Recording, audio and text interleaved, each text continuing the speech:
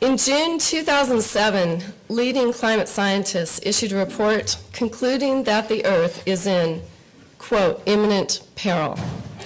They warn that runaway climate heating will impose catastrophic conditions on generations to come. It threatens to destroy major planetary fixtures, including the polar ice sheets, Greenland, the coral reefs, and the Amazon forest. It will bring floods, hurricanes, heat waves, fires, disease, crop losses, food shortages, droughts, and trigger the kind of mass extinction that hasn't occurred on this earth for 55 million years. It will force massive human refugee migrations and pose a threat to world security. In the words of leading climate scientists, our continued carbon pollution will cause, quote, a transformed planet. We face a problem that is unprecedented in terms of its consequences, a problem that is virtually caused by everyone on Earth, a problem that so far has been ignored by most governmental bodies in this country, a problem that to solve requires us to overhaul our sectors and our lifestyles, and as if that weren't enough, a problem that requires us to act before nature passes a critical tipping point looming right in front of us. And yet, we have the human imagination, the resources, the legal tools, the bureaucracy to tackle this challenge head on. We can change this disastrous course, and we can do so without inflicting pain or misery on our citizens. In fact, the changes we make may vastly improve the American condition. But this is clearly a task for government. Individuals can make changes to reduce their own carbon, and some are, and those efforts are very important.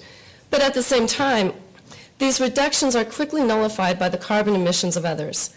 Look around. Our society is nowhere near decarbonizing.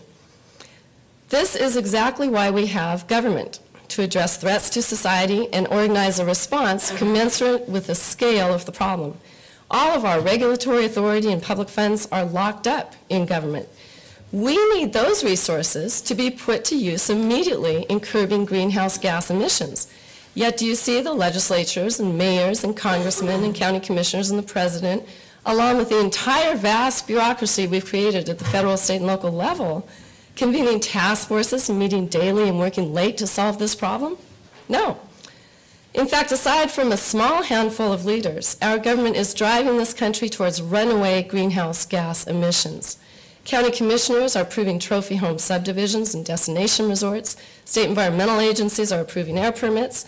The Forest Service is approving timber sales, and the U.S. EPA has just approved another coal-fired plant and expanded mountaintop coal mining rules. Life in America is beginning to have the feel of a lemming colony.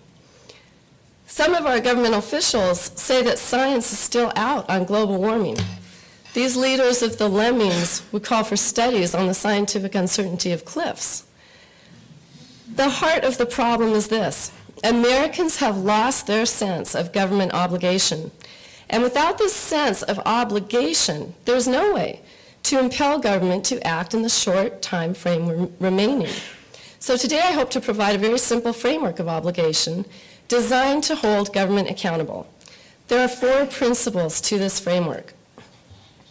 The first is that the laws of nature, not politics, must guide governmental action.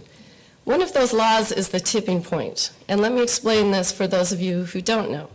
The massive pollution we've already pumped into the atmosphere has caused heating that is triggering what scientists call, quote, positive feedbacks into nature. No wonder some people think global warming isn't that bad, because most of us like positive feedback.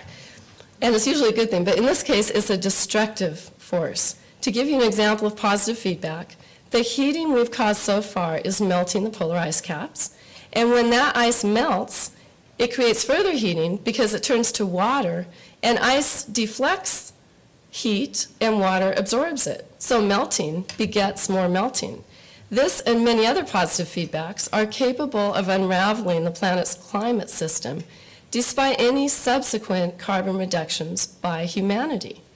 A recent leading scientific report states, quote, Earth is perilously close to dramatic climate change that could run out of our control.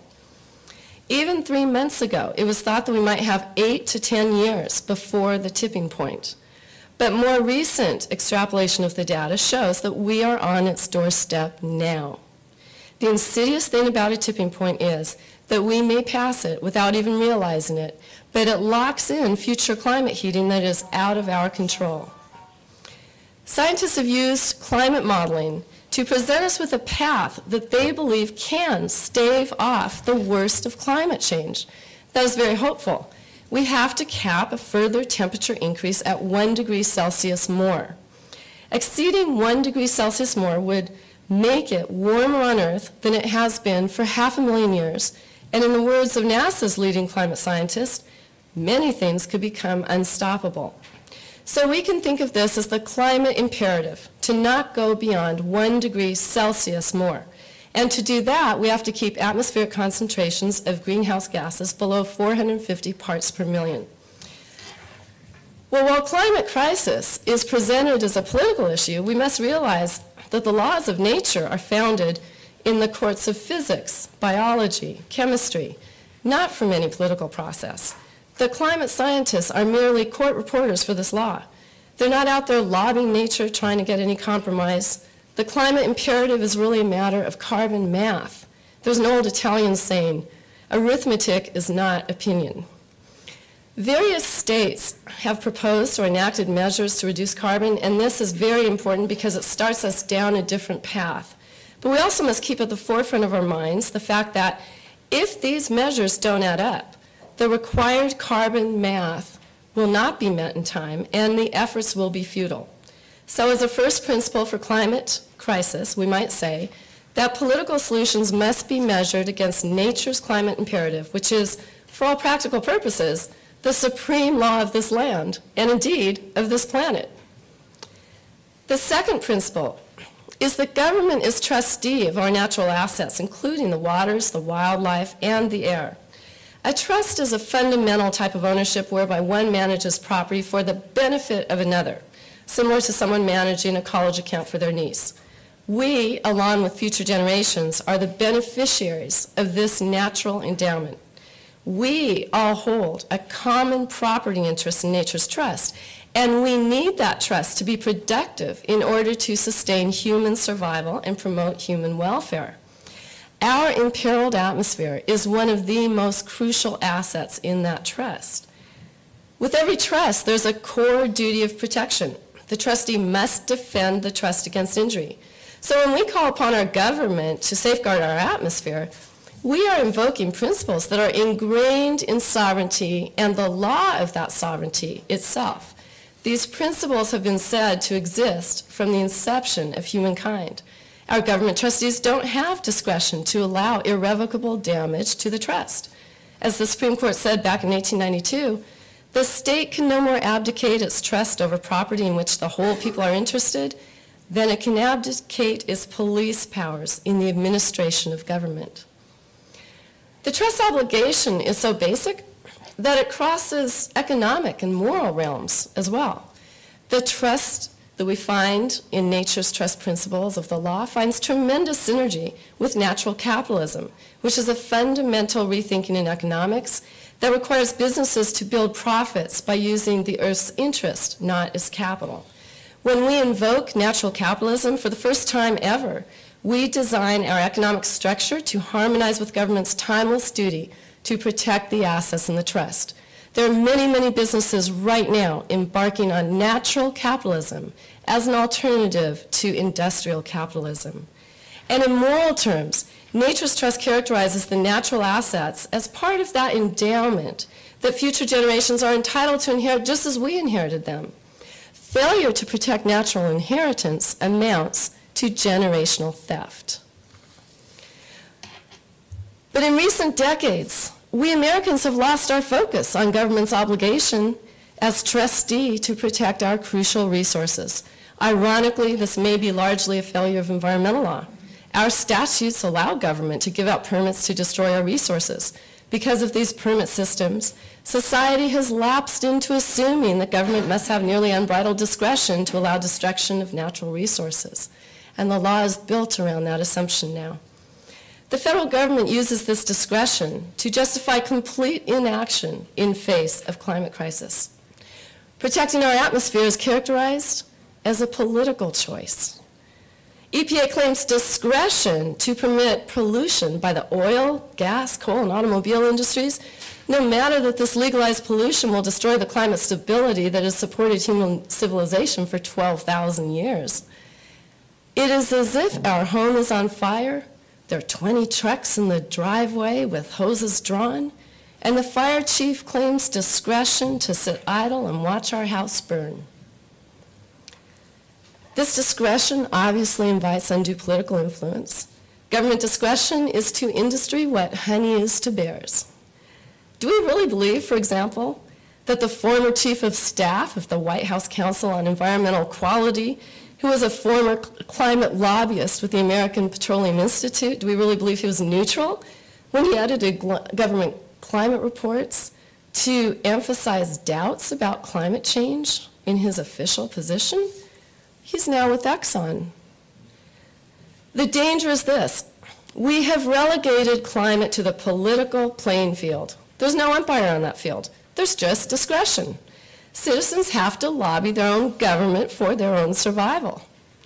But when we portray nature as a trust, rather than an ill-defined commons, which is what we can do every day with our language, we vest citizens with enduring expectations of property rights to a defined, bounded asset.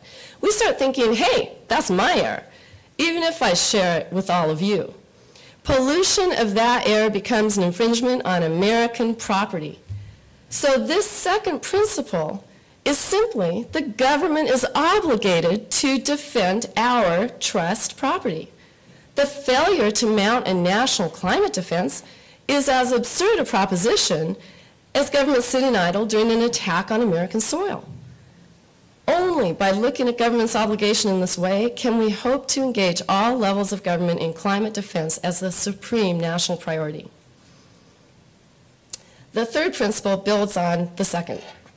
Trustees have a specific fiduciary obligation that serves as a measure of performance. You see, you don't just vest trustees with priceless assets and have no accountability.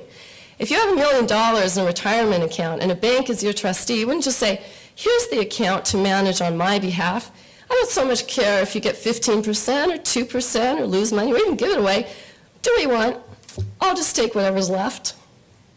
No, a private trustee of a financial trust would be accountable for gaining a reasonable yield. They have to measure up to the fiduciary standard of care. The Union of Concerned Scientists has just issued a report that distills the extensive, complicated body of climate science into a clear prescription for avoiding dangerous buildup of atmospheric greenhouse gases. This report is a major breakthrough because now government officials can readily translate climate science into terms that they can implement on the ground. By clarifying what we must do as a matter of science, this report paves the way for actually doing it. It just came out in September. It becomes the fiduciary standard of care for protecting the atmosphere. There are 3 things that the U.S. must do under this prescription. 1, cap our rising emissions by 2010. By my calculation, that's just 2 years and a couple months off.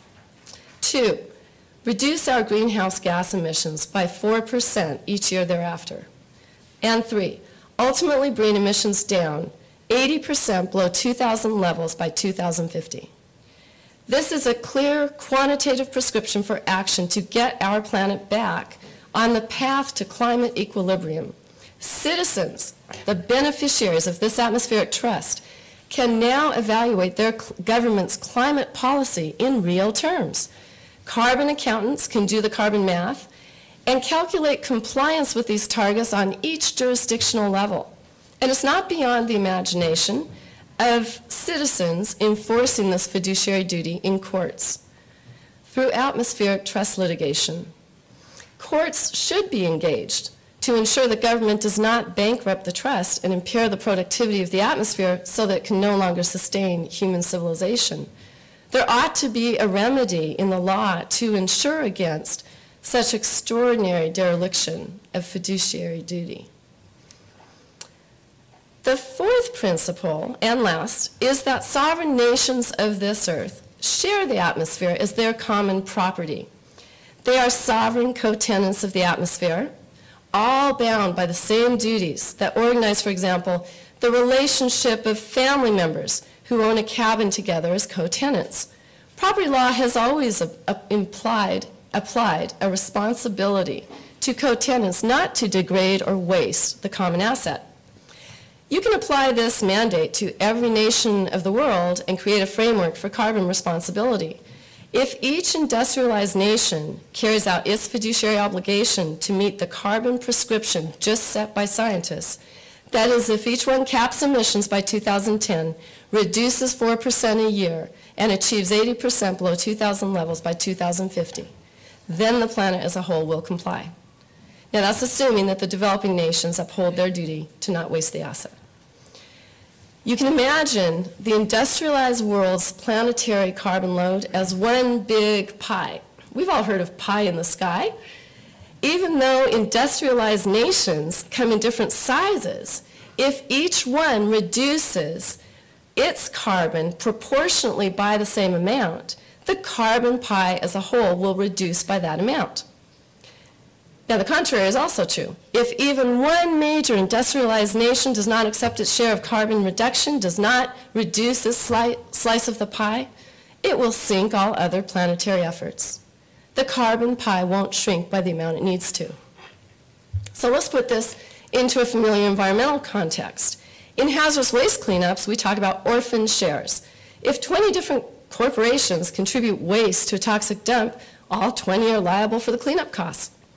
If one company has gone bankrupt, it leaves an orphan share that the others must pick up if the site is to be cleaned up. The United States is responsible for 30% of the greenhouse gas emissions on this planet. We are putting a huge orphan share out there. Now, in the hazardous waste context, rest assured, orphan shares aren't so much of a problem because the solvent companies can pick them up simply by paying more money than their fair share of the cleanup. The problem is, this doesn't work with carbon. No other industrialized nation on Earth is positioned, much less obligated, to adopt an orphan share left by a deadbeat sovereign, especially a share as large as ours, 30%. By refusing our share of planetary responsibility, we are consigning ourselves and all other nations on Earth to disaster. This matter of orphan shares can be illustrated another way, by envisioning a big ship with many different cabins. Imagine that all of the governments of the world are on this ship, and each government occupies one cabin. Every cabin has a sovereignty lock on it, so that no one government can go outside of its cabin to take action to abate harm in the other cabins. Imagine now that this ship springs leaks in virtually every cabin, and try not to think of the Titanic. If you are a governmental leader in your cabin, are you going to plug that leak? No one else can do it for you, and the ship will eventually sink if you don't take action. I think you would take action to plug that leak, and I'll bet every country would do the same, and that ship would stay afloat. Essentially, this is what must happen to bring equilibrium to our atmosphere. So this fourth principle is, as co-tenants and trustees of the atmosphere, all nations must carry out their share of carbon reduction as set forth in the prescription that scientists have just provided. Scaling down to another level, this also means that all states, all cities and counties within the various states must all carry their burden. If San Diego, for example, leaves an orphan share, that will leave California with a partial orphan share. Remember, the carbon math must all add up. And it will if each sovereign, whether it's the federal government, states, or cities, has an inherent fiduciary duty to implement the carbon prescription for its jurisdiction. Orphan shares must be inexcusable. Every jurisdiction must meet that prescription. So to reiterate, here's the framework. First, to achieve climate equilibrium, we must follow the scientific imperative limiting further heating to 1 degree Celsius. Second, all governments have a trust obligation to protect the atmosphere on behalf of their citizen beneficiaries, present and future generations, and we would hope that obligation would be enforceable somehow.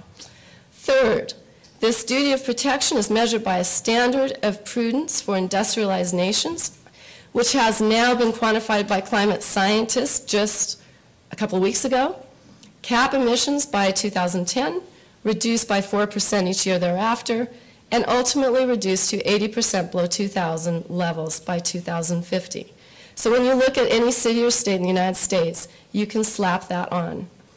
Fourth, this fiduciary obligation and duty not to waste the asset means that every level of government is accountable for its share of greenhouse gas reduction, a necessary result if we are to tackle climate crisis, because any significant orphan share will defeat all other collective action.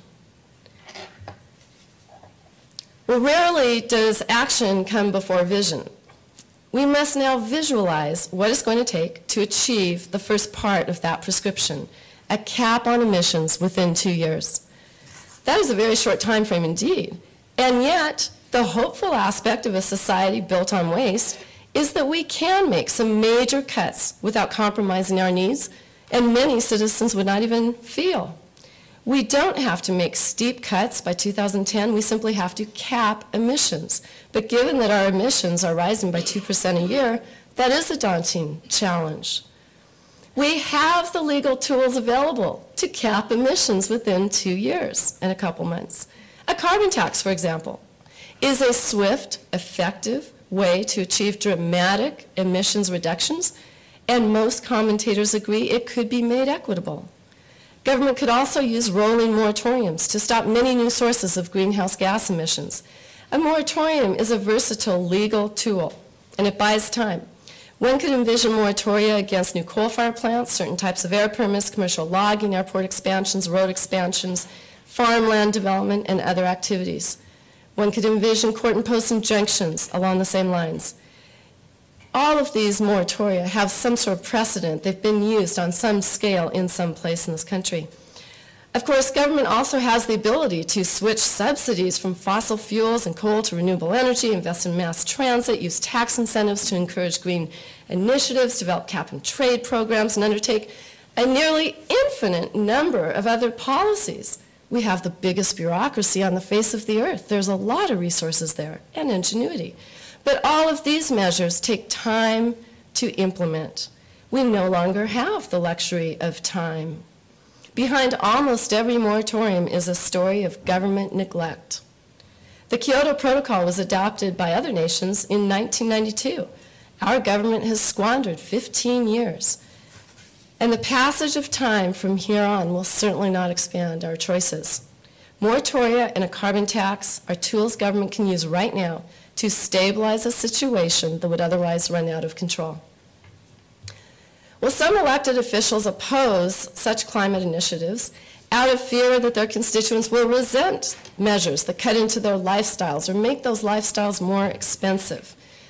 This is exactly backwards. We have to take action now to preserve any semblance of the security and predictability in life that we now take for granted. The choice for government is disaster prevention or disaster relief. I think most rational people would choose prevention. This is a chance for politicians to become true leaders, to explain clearly the nature of the threat, and to connect in Americans' minds that short-term investment and regulation now is necessary to avoid long-term calamity. We must make the point to Americans that today's life of convenience will lock us into a future where there is little or no convenience. Where is the convenience in a family huddled on a rooftop praying that a helicopter will lift them from the floodwaters of Hurricane Katrina? Where is the convenience of an Idaho family evacuating last August to escape megafires racing towards their home? Do we find convenience in the cooling centers of California where masses congregated last summer to take respite from searing temperatures? Show me the convenience of a 13-year-old boy who died after being washed down a flooded creek during the torrential rains of Texas last month. And as for cost, Where is the business sense of letting this problem get so bad that we will be spending much more money responding to disasters and crop failures than we will spend in taking preventative action now? The British government's Stern Review estimates that climate disaster will cost up to 20% of our GNP, yet actions to reduce greenhouse gas emissions will cost only 1% of our GNP. If leaders are worried about the voters' reaction to carbon measures, they should expose the sheer folly of delay in terms that voters can understand. They need to start speaking truth to the circumstances we face. True leaders know how to do that. And those leaders are coming forth. Just yesterday, the Kansas Department of Health and Environment denied an air permit for a proposed coal-fired plant on the basis of greenhouse gas emissions. The head of that agency said, quote, "It would be irresponsible to ignore the contribution of greenhouse gases to climate change and the potential harm to our environment and health if we do nothing." Did I mention that was Kansas? To close, the question should not be whether we can transform society in time to thwart global catastrophe. The question is how we can immediately convince our government to do so, or take legal action to do so. How do we bring forth courageous leaders? Because there have been very few so far. Our greatest enemy is distraction. Though every day of carbon pollution increases the probability of harm to us and our children, the attention of the vast majority of leaders and agency officials is still focused on other issues. It is as if they, along with the rest of society, have been drugged by business as usual to climate reality. Business as usual is to us what heroin is to an addict. The well-known challenge with any addiction is overcoming denial. Jerome Ringo, president of the Apollo Alliance and himself an evacuee of Hurricane Katrina, says, "We have to put an end to the Category 5 denial of global warming." What we need now is the political equivalent of an intervention. The useful resource Wikipedia notes that intervention is a process used with success on a wide variety of addictions, including compulsive gambling, compulsive eating, self-mutilation, workaholism, alcoholism, drug abuse, tobacco smoking, video game addiction, excessive computer use, and even various types of poor personal health care. We need to add business as usual to that list. Wikipedia goes on to describe a direct intervention as a confrontational meeting with the target, meaning the addict. When we take intervention to the context of democracy, we see that a change in strategy is needed. Thus far in climate crisis, Americans have relied on what I call paper democracy. That is, sending emails and letters to officials and writing a letter to the editor now and then. The problem is that paper democracy is very labor intensive, doesn't create momentum or critical mass in short order, diffuses anger and emotion, and doesn't present the pain of climate damage directly to lawmakers. Paper democracy is like sending a self-help book to a heroin addict. It's not intervention. There's another approach, which I call street democracy, where citizens exercise their constitutional right of assembly and march in public places, including the steps of the legislature.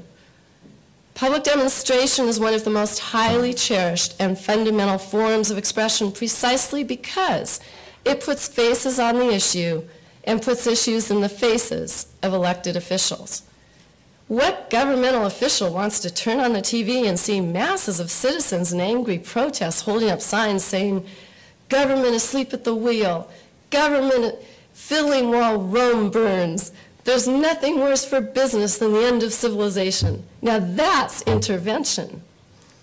Demonstration can be lighter fluid on smoldering legislative coals. If you look back through history, the major movements of our time gained unstoppable momentum when citizens exercised that right of street democracy. Think of the women's suffrage movement, the Vietnam War movement, anti-Vietnam War movement, the civil rights movement, and the environmental movement. The climate movement will be next, and it's already begun. On November 3rd, there will be a day of national climate action rallies around the country organized by Step It Up 2007. The most powerful leadership in this movement may come from the youth. Across the Pacific Northwest, youth leaders from 15 campuses, including this one, have just joined in a climate declaration pledging to future generations to end this climate crisis within our lifetimes, because failing to do so is unconscionable. Will it take courage to exercise the constitutional right of assembly? Yes, it will. But courage begets courage. And that's a true positive feedback of human nature. At some point, just one more person in this effort will be the political or legal tipping point that we need. One thing is clear. Americans will stand together during this crisis. Our choice is whether to stand together in the streets today, holding signs up with political messages, or to stand together tomorrow on rooftops, holding up signs for help. The moral high ground is here, and it is now. So when the leaders of this country do get jolted out of their denial and wake up to climate emergency, when they actually take the time to read the UN reports and sort through the mound of scientific findings, they will suddenly realize, and they will know in their hearts from that moment forward, that they face a higher calling than any other generation of leaders in our history. For they hold office during a planetary emergency. Their decisions and our decisions will reverberate through all of humanity on Earth from this time on. Their constituents are as much the unborn as the already born. And as soon as we Americans define our government's basic obligation to protect the atmosphere that our children need for their survival, security, and prosperity, we may soon find every other nation on Earth engaged with us, not against us, in a massive, urgent defense effort to secure the life on Earth for all generations to come. That shall be the dawn of a planetary patriotism. Thank you very much.